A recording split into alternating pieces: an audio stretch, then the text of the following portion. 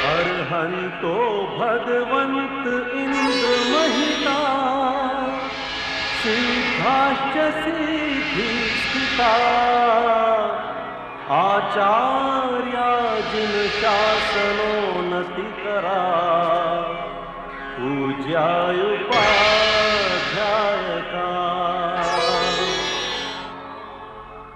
नमस्कार सर, ज्योतिष कार्यक्रम में आप सभी का स्वागत है। आज के इस कार्यक्रम में हम बात करेंगे लाल किताब की।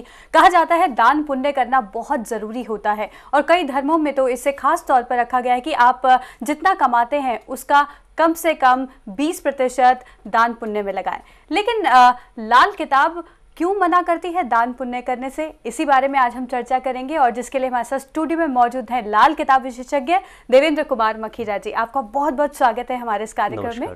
देवेंद्र कुमार मखीजा जी, दान पुण्य करना बहुत ज़रूरी होता है, हर कोई करना चाहता है, फिर चाहे वो पैसे का दान हो या फिर किसी वस्तु का, लेकिन लाल किताब क्यों मना करती है? खास सवाल। देखिए, लाल किताब हर किसी को मना नहीं करती। लाल किताब हर किसी की कुंडली देखने के बाद किसी किसी चीज़ों के लिए मना कर देती है। जैसे किसी को कह देगी कि आप मंदिर ना जाएं, या किसी भी धर्म स्थान में आप जाते हैं तो वहाँ ना जाएं। ना जाए मतलब बिल्कुल नहीं जाना, यानी कि दिन के टाइम मना कर देती है कि भाई सूरज निकलने के बाद और डूबने से पहले ना जाएं। बिल्कुल जब भी जाना है अंधेरे के टाइम में जाए। कुछ कुंडली में उनकी रुकावटें होती हैं कि अगर वो दिन के टाइम मंदिर जाते हैं तो उनके ऊपर किसी ना किसी तरह का कोई विलेमबाजी या कोई इल्ज़ामबाजी होना शुरू हो जाता है। इसी तरह कभी कभी नगद पैसे के दान के लिए मना कर दिया जाता है कि आपने किसी भी भिखारी को, किसी मांगने वाले को किसी तरह का नगद पैसे का दान नहीं देना। और किसी को मना किया जाता है कि आपने धार्मिक कार्य के लिए पैसे का दान नहीं देना जी। तो ये स्थिति बैठती है अपनी कुंडली के बृहस्पति के हिसाब से। किसी कुंडली बृहस्पति की स्थिति में बैठा हुआ है तो उसको मना कर देते हैं भाई आपने नगद पैसे का दान नहीं देना। नगद पैसे का मतलब है किसी को कोई मांगने वाला आपके पास आया है तो उसको 1 रुपया अगर आप देना चाहते हो 2 रुपए की चाय पिला दो, वो ज़्यादा अच्छा है, वो आपके लिए फायदा रहेगा। लेकिन आपका 1 रुपया दान का किया हुआ वो आपका कई गुना नुकसान हो जाएगा साथ में। या फिर ऐसा भी देखा जाता है आजकल, जब बच्चे मांगते हैं ट्रैफिक पुलिस पर कभी भी गाड़ी रुकती है तो उसे बहुत से लोग पैसे ना देकर खाने की चीज़ देते हैं, वो भी खुली हुई चीज़, ताकि उसका इस्तेमाल हो सके। तो ये लाल किताब का ही प्रभाव है जो बाहर भी देखने को मिलता है, ऐसा भी है? हाँ, कई बार ऐसा होता है कि कईयों को बताया गया होता है कि आपने ये दान करना है, वो दान नहीं करना, तो उस हिसाब से कई ऐसा करते भी हैं जी। लेकिन हम तो जब तक किसी की कुंडली पे स्टडी ना कर लें, देख ना लें तरीके से, तब तक उसको ऐसा कुछ भी मना नहीं करते, ना हाँ कहते हैं ना करते हैं जी। कुंडली देख ली जाएगी, उसके बाद उसको मना किया जाएगा कि भाई आपने नगद पैसे का दान नहीं करना या किसी धार्मिक कार्य के लिए दान नहीं करना। अब धार्मिक कार्य को हम लेके चलें तो जैसे हम अपने घरों में बैठे हैं, ऑफिस में बैठे हैं, फैक्ट्री में बैठे हैं, तो कई बार पास पड़ोस में जगराता करवाते हैं लोग, या जागरण कीर्तन करवाते हैं, कुछ भी, या कोई धार्मिक कार्य करवाते हैं, तो कहते हैं चलो हम सारे मिल के करेंगे। तो किसी के पास गए जी आप इतने पैसे दो, आप इतने पैसे दो, हमने ये धर्म का काम करना है। तो कई बार उन लोगों को मना कर दे कि आपने ऐसे धर्म के कार्य के लिए पैसे नहीं देने जी। आप धर्म का कार्य करना चाहते हैं तो अपने हाथ से वो चीज ले जाके वहां पे डाल दें, लेकिन उसके लिए आपने पैसे का दान नहीं देना कि मेरे से ये 500 ले जाओ, 1000 ले जाओ, लाख ले जाओ, आप इसकी चीज ले लो। वो चीज आप खुद खरीद के दें वहां पे। बिल्कुल। अब हमारे साथ संदीप चावला जुड़ गए हैं देवेंद्र जी, अमृतसर से। जी पूछिए अपना सवाल। नमस्ते मैम। नमस्कार। संदीप चावला बोल रहा हूँ अमृतसर से जी। मेरा डेट ऑफ बर्थ है 30/5/1966 जी। 30/5/1966। समय सुबह 7:15 बजे जी। सुबह 7:15। संदीप जी, आपके लिए जो कुछ रुकावटें हैं आपकी कुंडली के अंदर, तो थोड़े से उपाय भी हैं, तो लाजमी बात है आपने कॉपी पेंसिल वगैरह भी आपने साथ में रखा होगा। तो सबसे पहले आप अपना उपाय लिखें कि अपने वजन के बराबर अपने घर में गेहूं रख दें।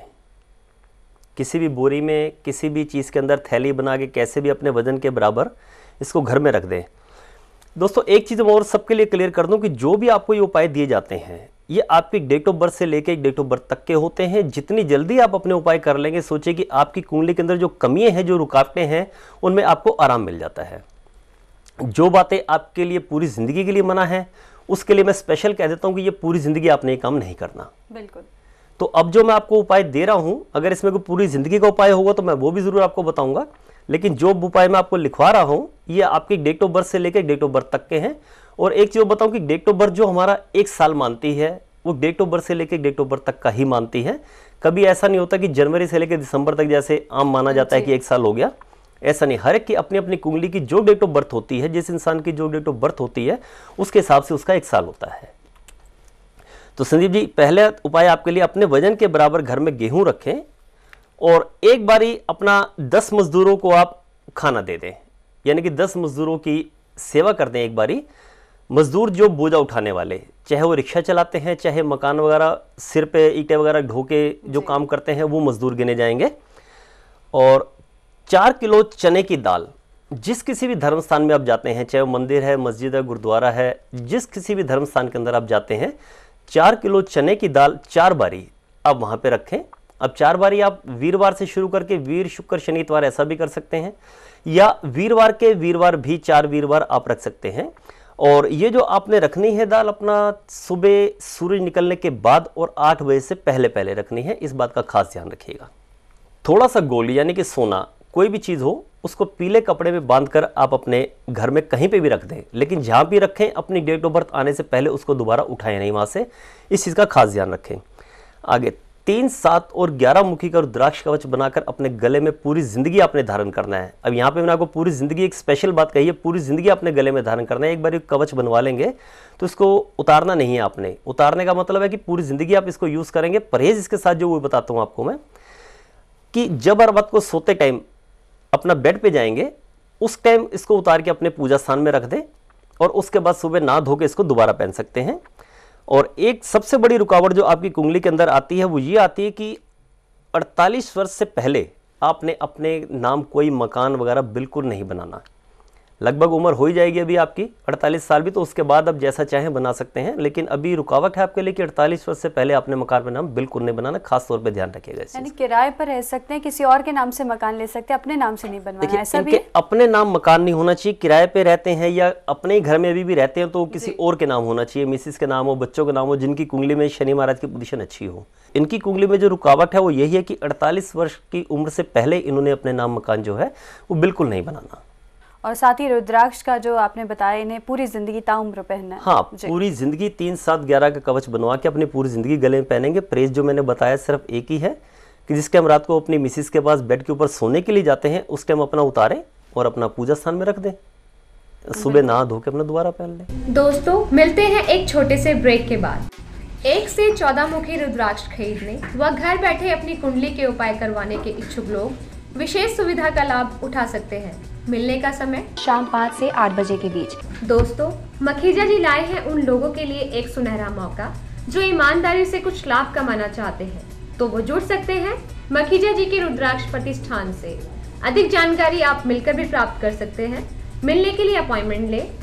अपनी हर प्रकार की समस्या का समाधान सरल एवं सटीक वैदिक उपायों द्वारा लाल किताब से पा सकते हैं। दोस्तों, यदि आप अपनी कुंडली के उपाय घर बैठे मंगवाना चाहते हैं तो मात्र 1500 रुपए देवेंद्र कुमार, बैंक ऑफ बड़ौदा 217400003729 में जमा कर मंगवा सकते हैं। आपको हस्तलिखित उपाय कुरियर के द्वारा आप तक पहुंच जाएगा। ज़्यादा जानकारी के लिए आप संपर्क कर सकते हैं www.lalkitabsolutions.com या फिर आप ईमेल भी कर सकते हैं lalkitabsolutions@gmail.com। दिल्ली वासी मखीजा जी से मिलने के लिए 2 दिन पहले अपॉइंटमेंट लेना जरूरी है। ब्रेक के बाद आपका स्वागत है। एक और खास बात मखीजा जी, यहाँ हमने देखी लाल किताब की जब भी हम बात करते हैं सारे उपाय सूर्यास्त से पहले और सूर्योदय के बाद, कुछ खास चीज़ है इसमें? हाँ, खास चीज़, बहुत बड़ी खास चीज़ है, क्योंकि इसका नाम जो है ना, एक जिसे हम कहें कि किताब बनाने वाली सोची कि एक तरह से सूर्य भगवान है, यानी कि कहने का मतलब सूर्य भगवान के जो सारथी हैं उनके थ्रू ये किताब बनी थी। तो यानी कि इसमें हर उपाय एक सूर्य भगवान की वीकनेस चाहता है जी, तभी शायद इसको इतना महत्व दिया गया। इसीलिए कहा जाता है कि अपना सूरज निकलने के बाद, यानी कि सूर्य जब आ गए आकाश पे और डूबने से पहले पहले कोई भी एक उपाय आप एक दिन में कर सकते हैं। मखीजा जी, आप आए यहाँ पर और इतने हमारे सभी महत्वपूर्ण सवालों का जवाब दिया, हमारे कॉलर्स का जवाब दिया, इतनी अच्छी बातें बताई लाल किताब से संबंधित, तो उसके लिए आपका बहुत बहुत धन्यवाद। कार्यक्रम में इतना ही, हमारी पूरी टीम को दीजिए इजाज़त। नमस्कार। यदि आप दिल्ली में ही मखीजा जी से मिलना चाहते हैं तो समय है हर रोज शाम 5 से 8 बजे के बीच। आप मिल सकते हैं स्क्रीन पर दिए गए एड्रेसेस पर।